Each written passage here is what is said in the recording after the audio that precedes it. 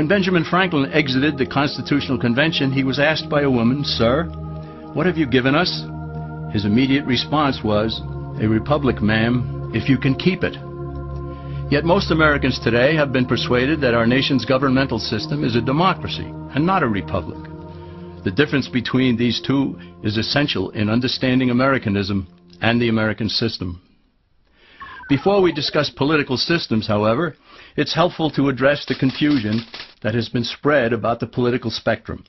Many have been led to believe that the political spectrum places groups such as communists on the far left, fascists or dictators on the far right, and political moderates or centrists in the middle.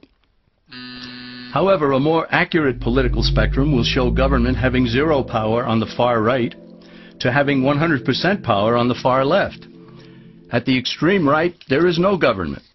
The extreme left features total government under such labels as communism, socialism, Nazism, fascism, princes, potentates, dictators, kings, any form of total government.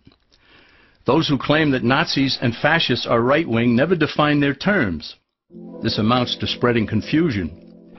Toward the middle of the political spectrum can be found the type of government limited to its proper role of protecting the rights of the people.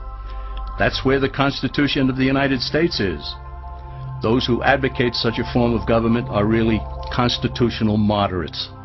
So let's analyze the basic forms of government.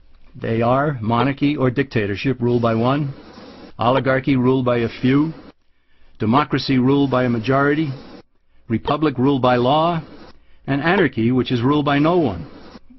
In discussing these five, we'll see that they can be narrowed down to even fewer. Looking first at monarchy or dictatorship, this form of government doesn't really exist in the practical sense. It's always a group that puts one of its members up front. A king has his council of nobles or earls, and every dictator has his bureaucrats or commissars, the men behind the scenes. This isn't ruled by one, even though one person may be the visible leader. It's ruled by a group. So let's eliminate monarchy, dictatorship, because it never truly exists. Oligarchy, which is ruled by a group, is the most common form of government in all history. And it is the most common form of government today. Most of the nations of the world are ruled by a powerful few, and therefore oligarchy remains. At the other end, we find anarchy, which means without government. Some people have looked over history and found that many of its worst crimes were committed by governments. So they decided that having no government might be a good idea. But this is a mistake, because as the ancient Greeks stated, without law there can be no freedom. Our founding fathers agreed and held that some amount of government is a necessary force in any civilized, orderly society. In a state of anarchy, however, everyone has to guard life, liberty, and property, and the lives of family members.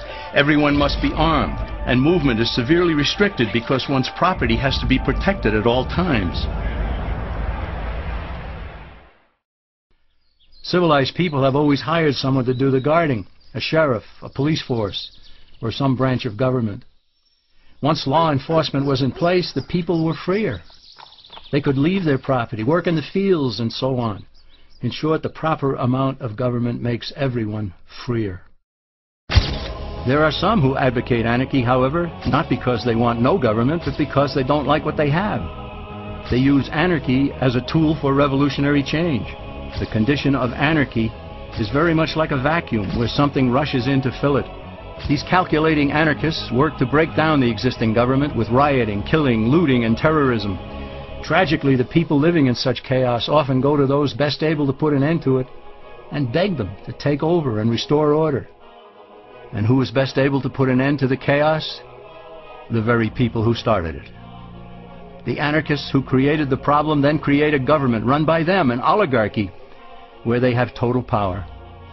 This is exactly what happened in Russia that led to Lenin taking total power, and in Germany where Hitler's brown shirts created the chaos that brought him to power. But anarchy isn't a stable form of government. It's a quick transition from something that exists to something desired by the power-hungry. It's a temporary condition, and because it isn't permanent, we eliminate it as well. The word democracy comes from two Greek words, demos, meaning people, and kratein, meaning to rule. Democracy, therefore, means the rule of the people majority rule. This, of course, sounds good, but suppose the majority decides to take away one's home, or business, or children. Obviously, there has to be a limit. The flaw in democracy is that the majority isn't restrained. If more than half the people can be persuaded to want something in a democracy, they rule. What about republic? Well, that comes from the Latin, res meaning thing, and publica meaning public. It means the public thing, the law. A true republic is one where the government is limited by law, leaving the people alone. America's founders had a clean slate to write on. They could have set up an oligarchy. In fact, there were some who wanted George Washington to be their king. But the founding fathers knew history, and they chose to give us the rule of law in a republic, not the rule of a majority in a democracy. Why? Let's demonstrate the difference in the setting of the Old West. Consider a lynch mob in a democracy. 35 horseback riders chase one lone gunman.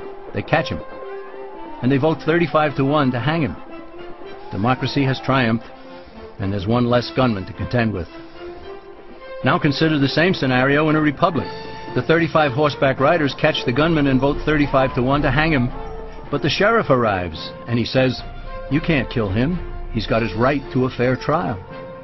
So they take the gunman back to town. A jury of his peers is selected, and they hear the evidence and the defense, and they decide if he shall hang. Does the jury even decide by majority rule? No, it has to be unanimous, or he goes free. The rights of the government aren't subject to majority rule, but to the law. This is the essence of a republic. Many Americans would be surprised to learn that the word democracy does not appear in the Declaration of Independence or the U.S. Constitution, nor does it appear in any of the constitutions of the 50 states. The founders did everything they could to keep us from having a democracy. The founders had good reason to look upon democracy with contempt, because they knew that the democracies in the early Greek city-states produced some of the wildest excesses of government imaginable. In every case, they ended up with mob rule, then anarchy, and finally tyranny under an oligarchy. During that period in Greece, there was a man named Solon, who urged creation of a fixed body of law not subject to majority whims. But where the Greeks never adopted Solon's wise counsel, the Romans did. Based on what they knew of Solon's laws, they created the 12 tables of the Roman law, and in effect built a republic that limited government power and left the people alone. Since government was limited, the people were free to produce, with the understanding that they could keep the fruits of their labor. In time, Rome became wealthy and the envy of the world. In the midst of plenty, however, the Roman people forgot what freedom entailed. They forgot that the essence of freedom is the proper limitation of government. When government power grows, people freedom recedes. Once the Romans dropped their guard, power-seeking politicians began to exceed the powers granted them in the Roman Constitution. Some learned that they could elect politicians who would use government power to take property from some and give it to others. Agriculture subsidies were introduced, followed by housing and welfare programs. Inevitably, taxes rose and controls over the private sector were imposed. Soon, a number of Rome's producers could no longer make ends meet, and they went on the dole. Productivity declined, shortages developed, and mobs began roaming the streets, demanding bread and circuses from the government. Many were induced to trade freedom for security. Eventually, the whole system came crashing down. They went from a republic to a democracy, and ended up with an oligarchy under a progression of the Caesars.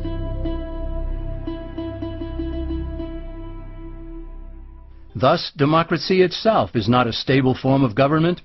Instead, it is the gradual transition from limited government to the unlimited rule of an oligarchy. Knowing this, we as Americans are ultimately left with only two choices. We can keep our republic, as Franklin put it, or we will inevitably end up with an oligarchy, a tyranny of the elite.